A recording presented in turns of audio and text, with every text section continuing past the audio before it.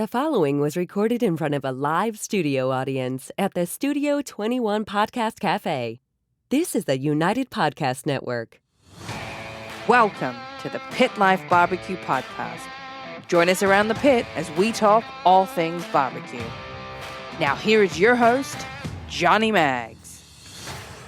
What's up, everybody? Welcome back to another episode of the Pit Life BBQ podcast. I'm Johnny Maggs, and man, we have one hell of a show. Today, we are being joined by Pat Martin of Martin's Barbecue Joints out of Nashville, Tennessee. I think the original is. We'll get into that. But I think he has multiple locations in other states down that area. And we're going to be talking about his new book, Life of Fire, which is, if you're a barbecue guy and cooking with wood, you need this. Yep. The science and the stages he goes into, it'll blow your mind. So we're going to get into all of that. But before we do that, today's show is brought to you by Uncle Steve's Shake. You ever wonder why people are lined up at your neighbor's yard when he's having a barbecue, but nobody is trying to get into your backyard, Chrissy? Because they're using Uncle Steve's Shake. And you're not. Uncle Steve makes 12 amazing flavors, including the competition line, made from the freshest ingredients out there, handmade, winners all around. Exceptional customer service. The customer service, he answers the phone. I know. So you're going to get the man himself, and he will answer all your shake needs. So give him a call or give them a shout at UncleSteveShake.com. Shake some on everything. Thank you, Chrissy. You're welcome. We're also brought to you by Two Guys Smoke Shop and TwoGuysCigars.com. Whether we're barbecuing or not, we always keep the smoke rolling thanks to our friends at TwoGuysCigars.com. Today we are smoking the limited edition Rocky Patel World Championship. Thanks to our friends at TwoGuysCigars.com, we get to smoke some of the best cigars in the world, and so can you. Just visit TwoGuysCigars.com for your perfect barbecue companion. That's the number 2, GuyCigars.com. Also brought to you today by Backline Fabrication and Backline Smokers. Ryan Newland is building some of the wildest pits coming out of Austin, Texas today. If you can think it, Ryan can build it. Hands down, he takes so much care from the bottom up to take into all your thoughts on it. And I'm pretty sure if you can't think it, he can still build it. yeah, because he'll have it think and he'll think, take little things from your conversation and he will incorporate it into your pit. So check them out at Backline Fab and Backline Smokers. Order your one today. Also brought to you by Magna Chef Gloves. Our brother Alan Fonte knows a little something about fire management. He's a Miami-Dade firefighter. Yep. Designed these from scratch, made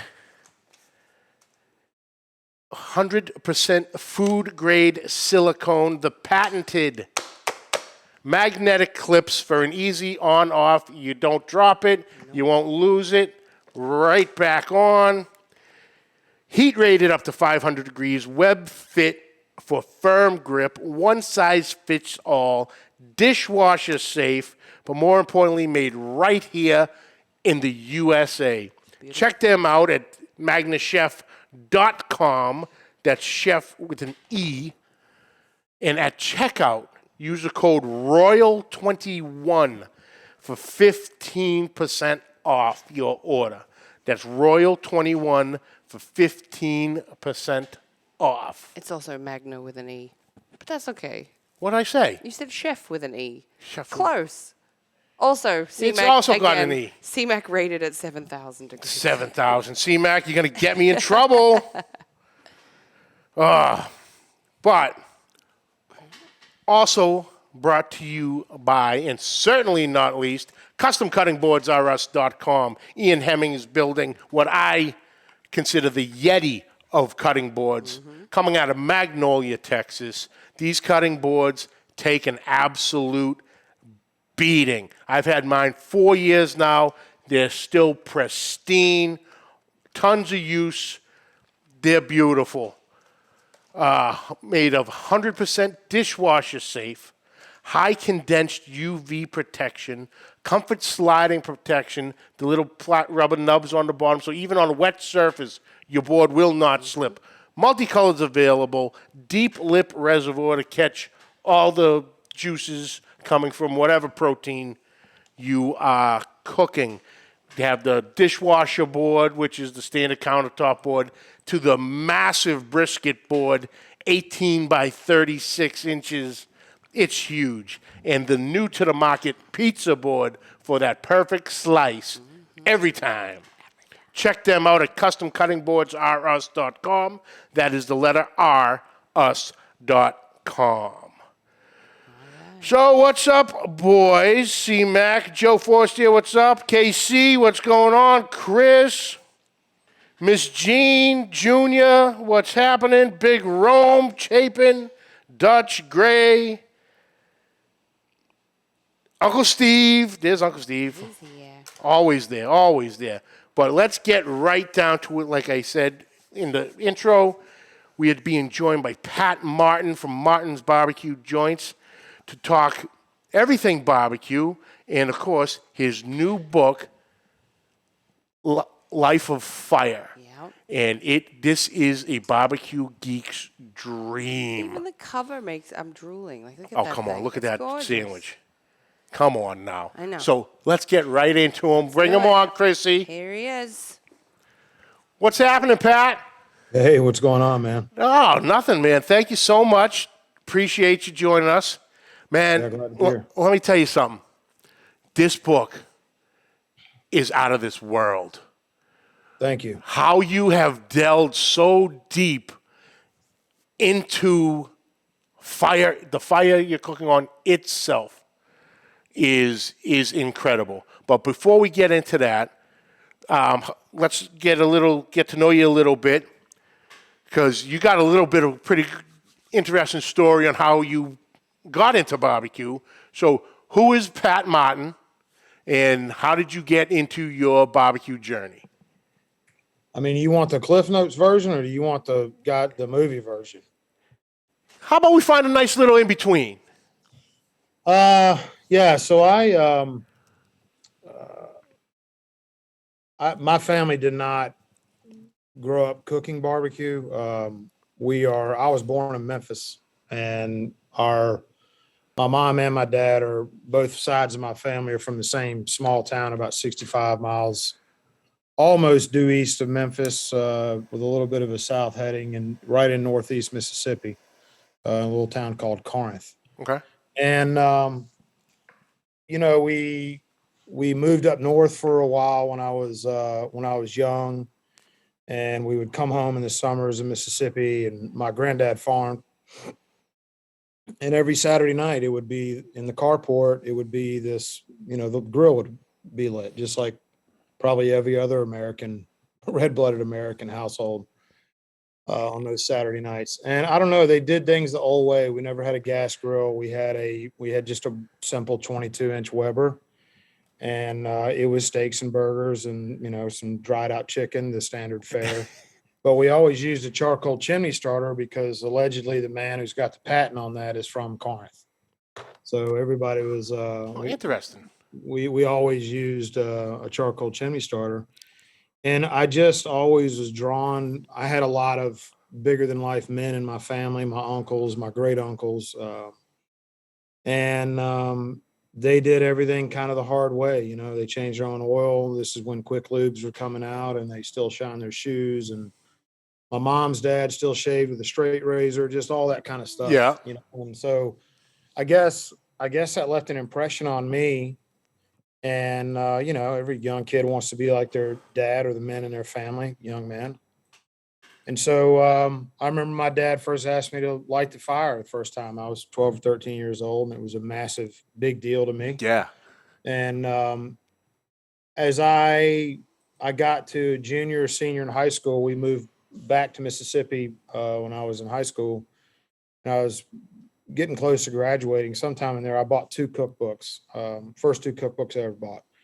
One was just a standard, generic, 1988 gourmet magazine looking photos from this guy called Grilling by Joe Famularo. My boxer ended up chewing most of it up. And then the one that had a huge impact on me was Thrill of the Grill by Chris Schlesinger and Doc Willoughby. Mm-hmm. And it had an impact because it really brought me to cooking more than just burgers and steaks. And in that, but also in that was, he talked about he and his dad cooking a whole hog once a year.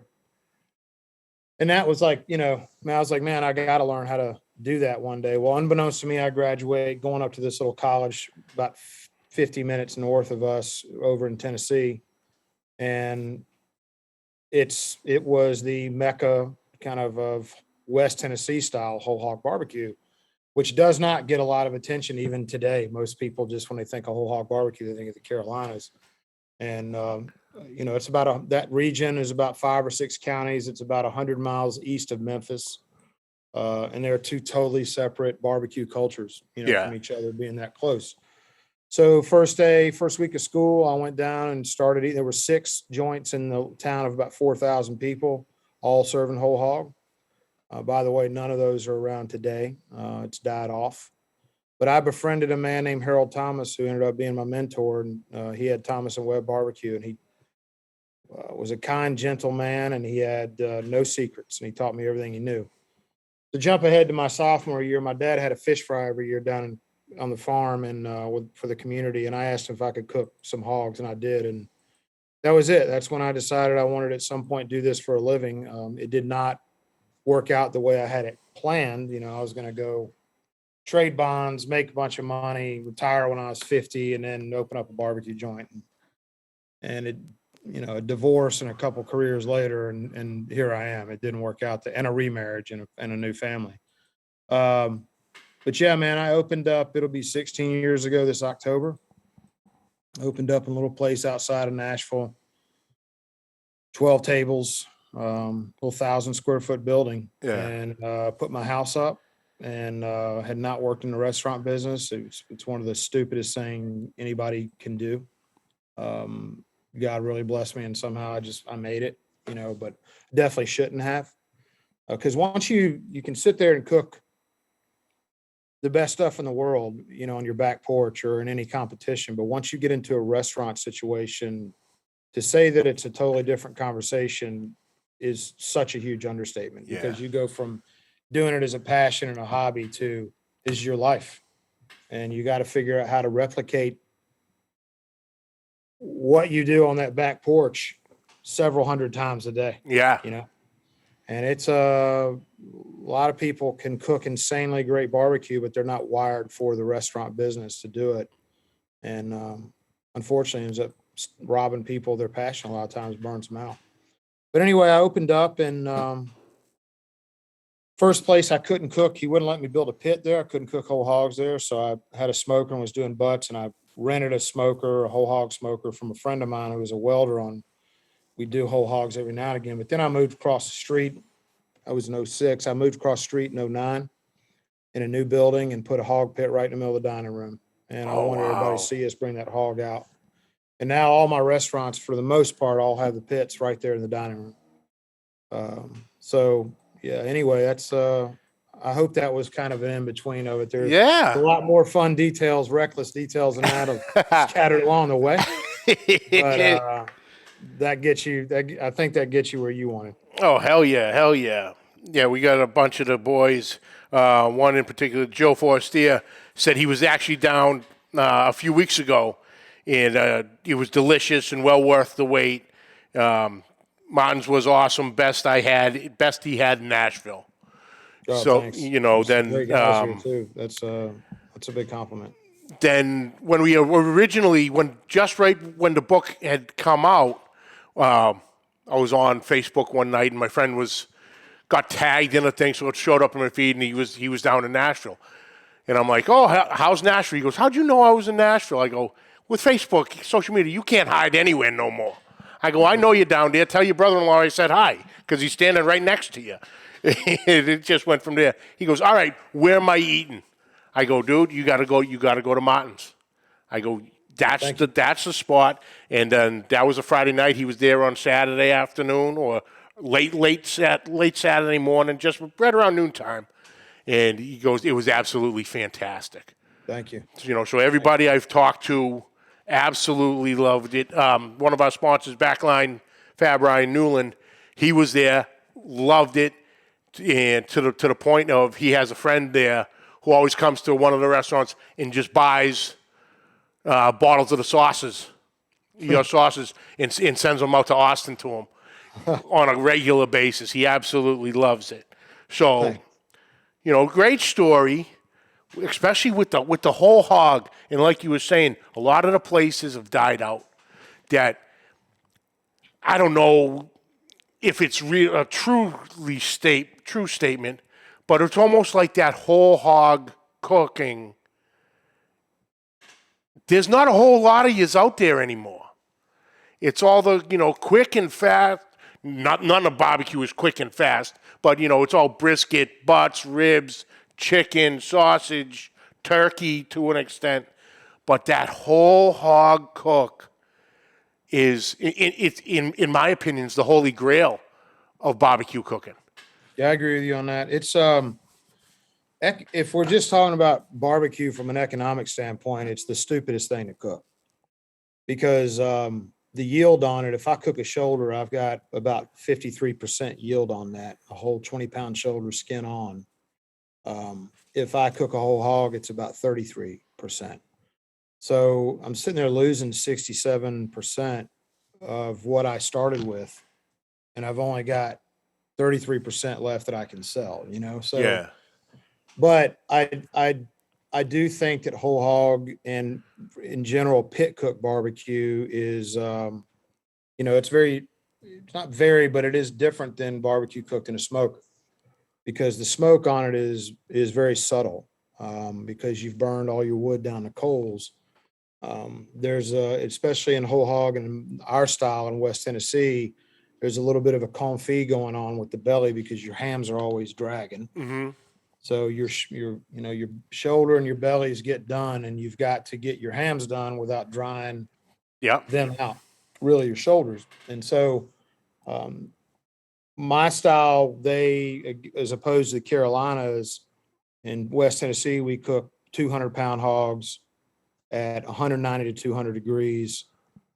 We never get it hot enough to where we can use the skin and the meat like they do in the Carolinas, and I love that, by the way. Because we need that skin to form a bowl. All that rendered grease just sits, it can't escape. We pull, we don't chop like they do. And we do serve a vinegar-based sauce, which I wholeheartedly believe that barbecue should have a acidic-based sauce to offset the fat. Yeah. I am not a fan of the big, thick competition sweet sauces that go with, that's just a whole nother flavor profile that the judges look for. You want something that's going to balance out on your palate. So we both use a vinegar-based sauce. Just ours is a sweeter vinegar-based sauce, not a white vinegar like you'd find in Eastern Carolina. But it's a very unique flavor profile as opposed to coming out of a smoker. Yeah. And this book was all about pit barbecue only. There's no smokers in that book. Yeah. There's no beef in that book, actually, because we traditionally never served beef up until the last 15 or so years as barbecues crossed all the borders, So I wanted to stick to what I knew and how I was raised, so to speak, in the barbecue world. And, the backbone of the book is closed pit barbecue, whole hog barbecue, but got open pit barbecue in there. You've got hog in the ground. You've got whole animal spit barbecue in there. And, that's really the basis of the whole thing, Yeah. Now, what made you want to write this? They called me and asked me. I wasn't thinking about writing a book, and when they called me and asked me, it took me a couple days to kind of realistically, I was like, man, I'm not worthy to do this. I don't know who's going to want to care about reading what I've got to say about barbecue. I'm proud of my barbecue, but after I kind of got over that, we started with the conversation of what the book would be, and I volleyed back on telling them what I didn't want it to be, and that was the same old, every late spring, around Father's Day, early summer barbecue book with 150 recipes with mango marinated foil back baby back ribs and this secret rub and this secret sauce, and all that's BS to me. So I painted the picture what I didn't want it to be, and I wanted to really get down and talk about old school Southern pit barbecue. And on top of that, I wanted it to not be a recipe book, which it's not. It's a procedure book. Yeah. And so the whole hog chapter in there, the whole hog recipe is 40 pages. And that's because I wanted to try to mentor the reader, knowing I'm not going to be there with them. Yeah. I tried to think of every little thing that might occur or throw a curveball at them through the course of a cook, and address it. Whereas most barbecue books, up until here recently with, between myself, Rodney, and Sam Jones, if they put whole hog in the barbecue book, it literally was on a page and be like, source 150-pound pig, get wood. Here, turn the page, 225 for the sauce recipe. Cook for 12 hours. Yeah. Nobody's going to be successful doing that. It's like me telling you, like, here's how to ski. I can write it on one page. Form a pizza wedge, go up to the green slopes and head down the mountain and lean into your turn and you'll be fine. We all know that's not how it goes. So I really wanted to pick up as many stones as possible, and actually, in a weird way, still feel like I left some on the table. Oh yeah. Like you said, you've like this is the actually chapter 2, which is the youth chapter. But you got a diagram right here of what you cook the hogs on, and then that's the open pit diagram right there. The open that's pit. Yeah. Then there's a list of tools. Chimney starter, flathead shovel, wire grill brush, sturdy tongs, cast iron skillet. It's a lot of that headlamp you see in most books, but it's the pit shovel's not. We use a longer handle pit shovel. I did go into wood a little bit on there, but basically that's the tools you're going to need for the things in that book. Yeah. And the book really should have been called Life of Coals, but Clarkson Potter, obviously Life of Fire is probably easier for their sales team to sell. But it's really not about Life of Fire. It's about the life of stages of coals. Of the coals. And you've got coals that have just turned gray and they may still be popping a little bit. Those coals are still too young and immature to cook on. And if you are going to cook on them, they need to be something quick and fast. It's basically grilling. Mm-hmm. So we used a lot of vegetable in there, and using that part of the life of coals until it matured enough to get to the point I could actually start telling you where to cook barbecue. So it kind of follows an arc, so to speak. So it's broken down into 7 chapters, and each chapter is a stage of life. So chapter 1 is birth, building a fire. Chapter 2 is youth, the hot temperamental fire. Chapter 3, middle age, open pit and spit barbecue. Chapter 4, the golden years, pit barbecue for whole hog and other meats. Chapter 5, old age, cooking in ashes and embers. Chapter 6, cold smoke in the winter fire. Chapter 7, after the fire, and that's the dessert section. That's basically my mom's book within the book. When I got to desserts, I was like, this is out of my wheelhouse. I was like, Mom. So I exit stage left, and she comes in and she crushes it. Rolls it, yeah. Yeah, we even get into the smokehouse because our country hams are on par with any ham in Italy or Spain in the American South, and that's now starting over the past 2 decades starting to be realized. And we all today, but curing hams and whole sides of bellies, bacon, sock sausage is still a thing in our lives here, Oh, for sure.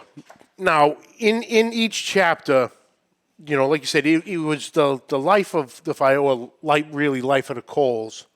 But there are different recipes suggestions or ideas of a recipe for each stage of the coals or each stage of the fire, which was very interesting. Because like I'm just happen to be in the middle age, and it's whole chicken with Alabama white sauce, and you go into spatchcocking the chicken in the diagram and then the white sauce. I'll say in that chapter that I'm kind of an old man in the barbecue world now, and open pit barbecue is the oldest form of barbecue we have on the planet. And we didn't invent it as Americans, but we are the ones who put the flag in the ground and said we're going to own it and identify as ours. Okay. And like France has its cheese, you drive 50 miles, it changes. That's the same thing in the United States, especially in the South.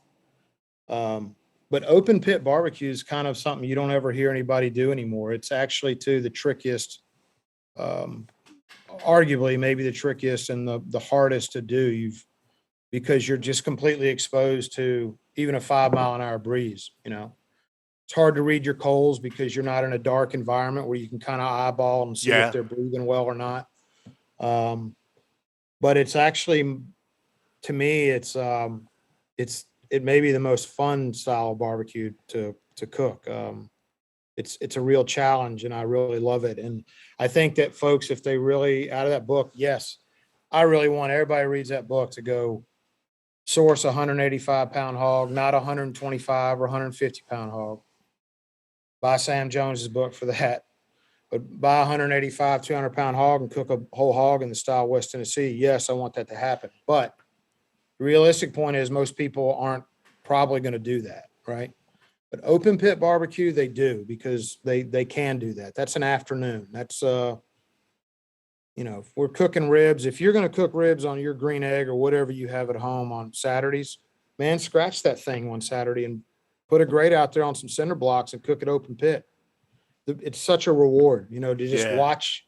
You can literally watch the process of barbecue happening before your eyes, being in a closed environment, Oh yeah, and the like you had mentioned earlier of your belly's done and the hams are trying to catch up. You got with the whole. You have all the proteins there, and they're all done at a different temperature, or at least where you prefer it done. Whether you like it to be able to slice or pull. How long did it take you to master that, like moving the coals around and? Man, I don't know. I've been cooking now since that first picture in there, my mom found a month before we were supposed to turn the book in, and it's me when I was 19, right at the beginning of the book. So I've been cooking now for 31 years, and I never kept up with how long it took me to learn how to cook any of that. It just I've just been doing it, and I know it's been second nature for me for probably at least 20, maybe 25. I really don't know how to put my finger on that answer. Yeah. That's the picture right there. Yeah. Just right by the open pit. That's Yeah, that little skinny boy now is fat and bald. But that's kind of a lot of us. It is, man. Oh man. But yeah, like I said, this book is absolutely incredible, and everybody, we always talk about fire management and running your coals, and this book just completely dives into every aspect of it, and if you can cook pit barbecue like that, cooking on smokers and stuff is a breeze. It really takes you to another level on how you approach a cook, because it is the old way. And even in there, you'll see like there's no temperature gauges I'm telling you to use. I want you to learn to cook by feel. Yeah. You know, I do tell you on your first cook to cook, test your hand test first, then look at a gauge so you can get an idea of if I got to hold my hand there for 4 Mississippis, it's going to be 230 degrees, you know, or whatever. But after that, I don't want you to use temperature gauges. I want you to use your hand, and I want you to look at your coals, and I want you to see how well it's breathing. You know, I really wanted to go the old way on it. Yeah. The true history and heritage of it all. And, you know, I just happened to open up to this one, and you got a section here of, you know, cooking in the ground, cooking the hogs in the ground, which, you know, throughout the barbecue shows, you know, and like you had said that we didn't invent it, but, you know, we planted the flag and made it our own. But you saw in different shows and things of that was the earliest records would show that cooking in the ground, which, you know, I don't know if you consider it barbecue, but, you know, a lot of the Hawaiian traditions, everything's in the ground, wrapped in the banana leaves, and, you know, the coals laid on top until it's done. But, you know, that I do consider that barbecue. I'm not a judge of what is or what's not nowadays at 50. But they use steam more for that, whereas what we're doing it is, you know, because they really are closing it off and just letting it get really hot and just slowly fall down and using the moisture inside of that suckling pig to steam itself. And in the South, and cooking a whole hog on the ground is you still have got to have some air breathing in it, you know, and it's still a dry cook. Yeah. You know, it's also the most volatile cook you can do because once you get your temp right, that the earth is so, what's the word I want to use? Efficient. That, man, once that fat starts to render, if you're not careful going in, and I talk about it in there, you're going to check your hog, you got to open that lid up easy. Because you open up too much and you vacuum in, that heat pulls that air in, boom, it's gone. You might as well just walk away and sit back and open a beer and watch it burn up. Laugh at it. So it's the funnest and most romantic way to cook whole hog barbecue, but it's also the most dangerous way to cook. Oh, yeah. You know, even in the picture is incredible. You know, you can see where the hole's dug in the ground, and then it's just covered with the tin roof. That's 10 off our barn. Oh, really? Yeah, we had a tornado come through and knock it down to strong straight line winds, and so that was the 10 off our barn. Yeah, just the tins over the thing with literal logs and large branches, keeping everything from, you know, if the wind picks up, keeping everything flush. You know, it's awesome. And the problem is you have covered so much in this. It is so difficult to just pick, you know, one part to, you know, you go into pit construction. So, you know, guys, you want to build the coal barrel, burn barrel, it's right there. Build the open pit, it's right there. I'll speak to the pit. You know, my preference is I think a dry stacked cinder block pit is it's my preference to cook on, and here's why. And I say, and this is a mortarless pit. Okay, we're going to just stack these just like you're just stacking them like Legos. Okay. The reason being is because even though we're going to stack those cinder blocks, or CMUs as all the construction guys call them now, we're going to stack those as tight as we can and as perfect as we can. That pit breathes on all sides. I mean, like a freaking salamander, you know, like its lungs are on the outside. Instead of there being one central spot, like on a Texas offset that brings in, or any like a J&R smoker where you got a 50 to 60 degree heat variance between when it comes on the top of the rotisserie coming down, or different kinds of smokers, or even a block pit that has been stacked with mortar. It breathes all the way around. So you really eliminate pretty much all of the hot spots that would be in a pit. Okay. you still have a little bit, you still have some variances here and there. The side that faces the west where the wind comes from will always burn a little hotter and coals go burn out a little quicker, this, that, and the other. But I really stress in there to everybody when if they do this and they build a block pit, that they fight the urge to get quickcrete and make sure it's strong enough. That bastard's strong enough, trust me. You're not going to knock it over. And I can't recommend enough that people cook on a mortarless block pit that's stacked together. They'll see a real, the barbecue nerds out there, they'll be like, oh man, this is so cool. Yeah. Like this, once that baby gets going, man, you just got to just sit there and help it along. That's all you got to do. Awesome.